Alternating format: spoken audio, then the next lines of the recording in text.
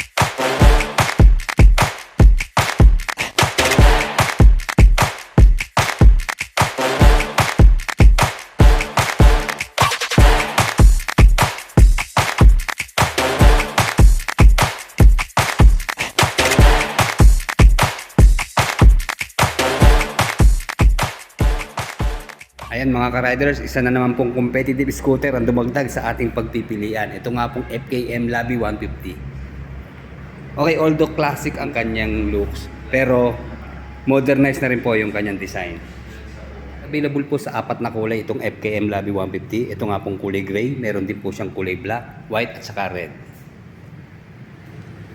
Okay, check po natin yung kanyang lighting system. Dito po sa kanyang headlight, makapansin natin naka-halogen bulb pa rin po siya. Pagdating po sa kanyang turning signals na naka-vertical po ang position, ayan, LED po ang ginamit. And then, ang ganda po talaga ng pagkaka-chrome ng bawat parts niya, lalo na dito sa kanyang front, ayan. Para ka na rin pong naka-kotse sa isa niyang itsura. And then, dito po sa kanyang mga edge sa side, ayan, ang ganda po talaga. Napaka-premium po niya tignan, lalo sa personal. And then ito, parang din po siyang design ng pakpak na isang ibon. And then hanggang dito po sa kanyang heat guard, ayan. Naka-metal po yung kanyang heat guard na naka-chrome na rin. And then ang ganda po ng kanyang emblem, napaka-elegant po talaga ng itsura. Lalo dito sa kanyang model name na Labi 150cc. And then sa kanyang po mga turning signals sa likod, dito po ay naka-LED rin ang ginamit. And then ang maganda sa kanyang stoplight tail lights, ayan. LED rin po ang kanyang ilaw. And then isa sa napansin ko po sa kanya, medyo hindi siya friendly sa mga hindi katangkaran natin mga riders dahil mataas po ang kanyang seat height, nasa 810 mm.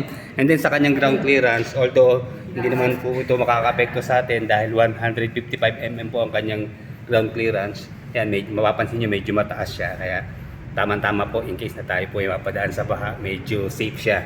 Yun lang mo talaga, kung tayo ay hindi katangkaran, siguro ang solution dito, medyo bawasan natin yung tabas ng kanyang upuan para maging komportable po tayo. Pero ang ganda po ng kanyang seat cover. Ayan, napaka-elegant din po ng looks. And then malambot po yung kanyang foam, maganda rin yung tabas. Tama-tama lang po. Although medyo maiksi siya tignan, pero tama-tama po dito ang dalawang, isang back rider saka sa ating rider. Okay, check natin ha. Tanggalin natin yung plastic muna. O, ayan, ito po yung kanyang stock na seat cover. Ay, makapansin nyo dito, medyo meron siyang design para hindi tayo nga naman dumulas. Ayan, medyo magaspang po siya dito. Although magaspang din naman po itong kanyang seat cover dito sa bandang back rider's seat. And then, malaki po yung kanyang U-box. Siguro mag-try tayo ng half-face helmet para sure, ano po. Ayan, ito po yung kanyang basic tools. Then yung kanyang side mirrors, manual, warranty. Okay, yan, isusukat po natin itong quarter face helmet. Size medium lang ito. Medyo maliit siya na sigurado swak to dito. Ayan. Siguro iaayos lang ano para talagang shoot.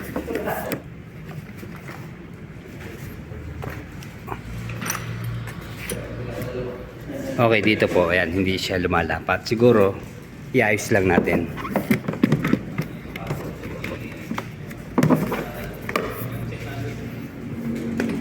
Okay, Okay, medyo ano ho, malapad lang siya pero matambok po yung kanyang helmet. Okay, dito po sa kanyang U-Box, malapad siya pero hanggang half face lang po talaga ang pwede. Full face po, hindi po siya pwede.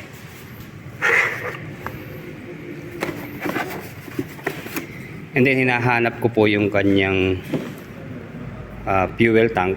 Ang nandito po sa U-Box tamang-tama yung position ng kanyang battery, mataas. So maganda ho at safe sa baha ang ating baterya. So ang kanya pong fuel tank dito po nakalagay sa footboard. Ayan, makita po natin itong susian dito. Ayan, mamaya buksan natin ha. Okay, meron pong 6.2 liters na fuel tank capacity ang kanyang tangke. Okay lang naman po dito nakalagay dahil malapad po yung kanyang floorboard. At maganda ho rito, meron siyang rubber para patungan ng ating sapatos para hindi naman magasgas yung ating fairings po. Okay, wala po tayong impose sa kanyang fuel consumption, kaya sa mga ka-riders po natin yung may mga naka-experience na po sa fuel consumption ng FKM Labi 150, paki-comment down below lang po. Pero ang 150cc po sa aking experience ng pag-review, maabot po yan ng 40 kilometers per 1 liter. And then sa top speed po niya, okay, dito po hindi po talaga siya design para sa high speed na motorsiklo. Although pang ano lang po talaga siya, chill ride. Meron po tayong napanood na review, maabot lang po ng 75 kilometers per hour ang kanya pong top speed. Pero depende pa rin po yon, nasa riders pa rin po talaga. Iba po talaga kasi ang Pinoy riders, kahit yan po ay mababa ang top speed, kaya po itaas siya basta Pinoy po. Okay, meron po siyang engine oil capacity na 900 ml. And then pagdating naman po sa kanyang gear oil capacity, nasa 110 ml. Okay, mapapansin natin maganda po yung kanyang mga gulong. Pang off-road na rin po siya, kaya no problem po tayo. Kahit mapa on-road o off-road, pwede po ang Labi 150cc. Okay, meron pong sukat na 120 by 70 by 12 dito po sa kanyang rear tire. And then yan, maganda, tubeless na po siya. And then sa pagdating sa mags, hindi na rin po siya papahuli. Ang ganda po ng kanyang mags, naka-alloy na mayroon pong chrome dito po sa side. And then matte black naman po ang kulay dito sa kanyang pinaka-mag wheels. And then sa kanyang preno, ito po ang maganda, pareho po sila naka-CBS. Meron po siyang single disc dito sa kanyang rear brake na naka-single piston caliper. And then naka-single sided shock naman po dito sa kanyang rear suspension. Yun lang po mga riders, wala na po siyang kickstart. And then mamaya, check po natin kung may kill switch yung kanyang side stand dahil naka-activate naman po itong ating Labi 150. And then center stand, ayan. Malapad din po yung kanyang center stand, ayan, matataba rin ang bakal. Para sa stable po natin pagpo-parking. And then ito po yung kanyang footrest, very unique din. Napaka-linis po niya yan, flat na flat siya, ka-level siya halos ng kanyang fairings, diba? Hindi tayo sasabi dito sa kanyang footrest. Then kung paano po ito gamitin niya, pupush lang po natin to. Okay na. Ayan, solid po na alloy ang kanyang footrest. And then ayan, hindi na kailangan lagyan ng rubber. Ayan, mayroon siyang magaspang na surface dito. Ayan, kakapit ang ating sapatos sigurado. Ayan, pareho na po sila naka-disc. Dito po sa front, ayan, disc brake na rin po siya. Naka-dual piston caliper and then telescopic fork na front suspension. And then meron po siyang sukat na gulong dito sa harap na 110 by 70 by 12. Ayan, Wanshing tire po ang kanyang brand. And then ang ganda rin po ng kanyang grab bar. Although sana medyo tumaas na tong grab bar sa likod, di ba? Para salo sa likuran ng ating back rider. Pero overall naman, very solid lang po ang kanyang grab bar. Siguro mas maganda maglagay pa tayo ng top box, di ba? Para may sandalan yung ating back rider. Okay, unahin natin yung kanyang pocket dito sa harap. Okay, hindi po siya katulad ng ibang scooter na parang sa akin ko na malaki po yung kanyang pocket dito sa harap. Bali, ay naka-divide po siya dito sa dalawang pocket, left and right. So okay naman din, hindi magiging matagtag yung ating gamit kapag ilalagay natin sa loob. Okay. Muntik na po nating malimutan, meron po pala siyang charging port, USB ready na. Salamat po sa mga picture ni Sir TJ. Ayan, safe po siya, nasa loob ang charger. Hindi po siya mahuhulog at hindi po mababasa kapag umuulan. And then sa kanyang fuel tank, check natin. Ayun.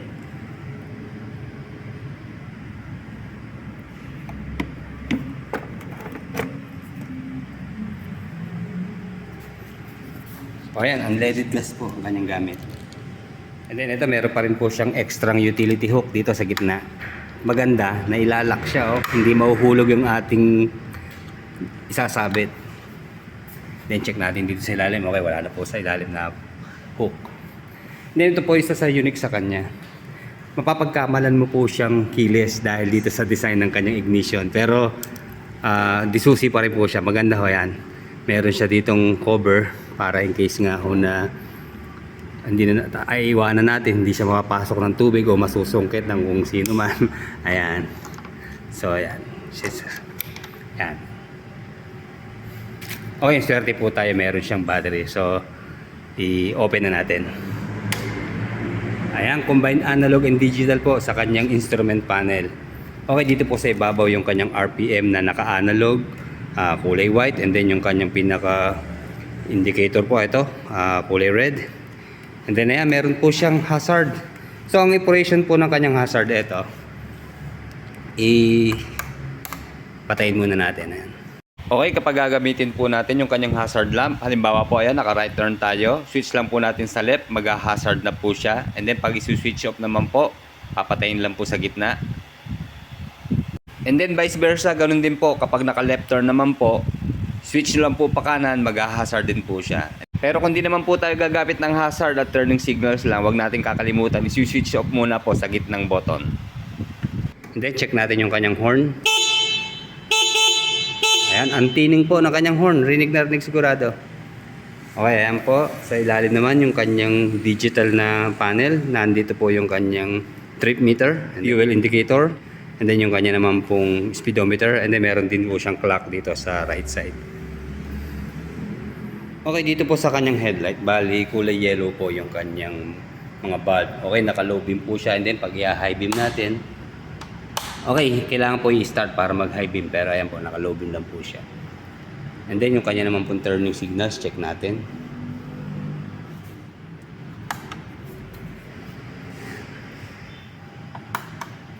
Okay.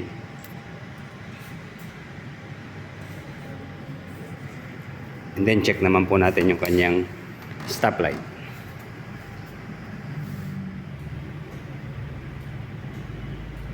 Okay, sige, sukat na natin. Tayo po ay 5'8". So expect na natin medyo mataas po talaga ang Labi 150. Okay, ayan po ang kanyang forma kapag naka-side stand.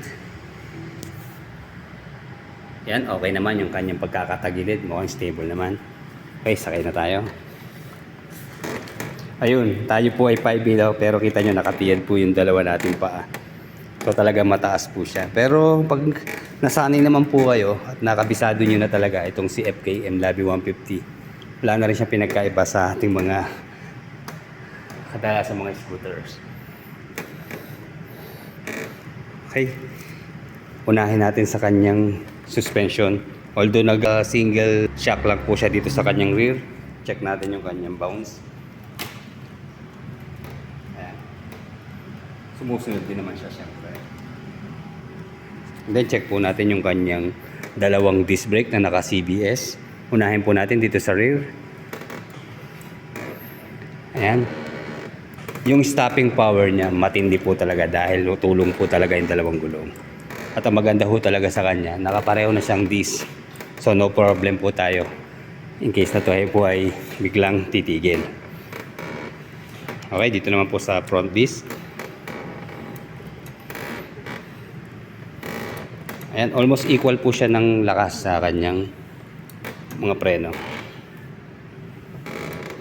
Okay, ito ang lapad po ng kanyang floorboard. Oh. Ayan. Mahaba ang paa natin pero may allowance pa rin po siya. Okay, sa turning radius po niya. Okay, yan. May distansya po. Hanggang sa kabila. Ayan. Okay.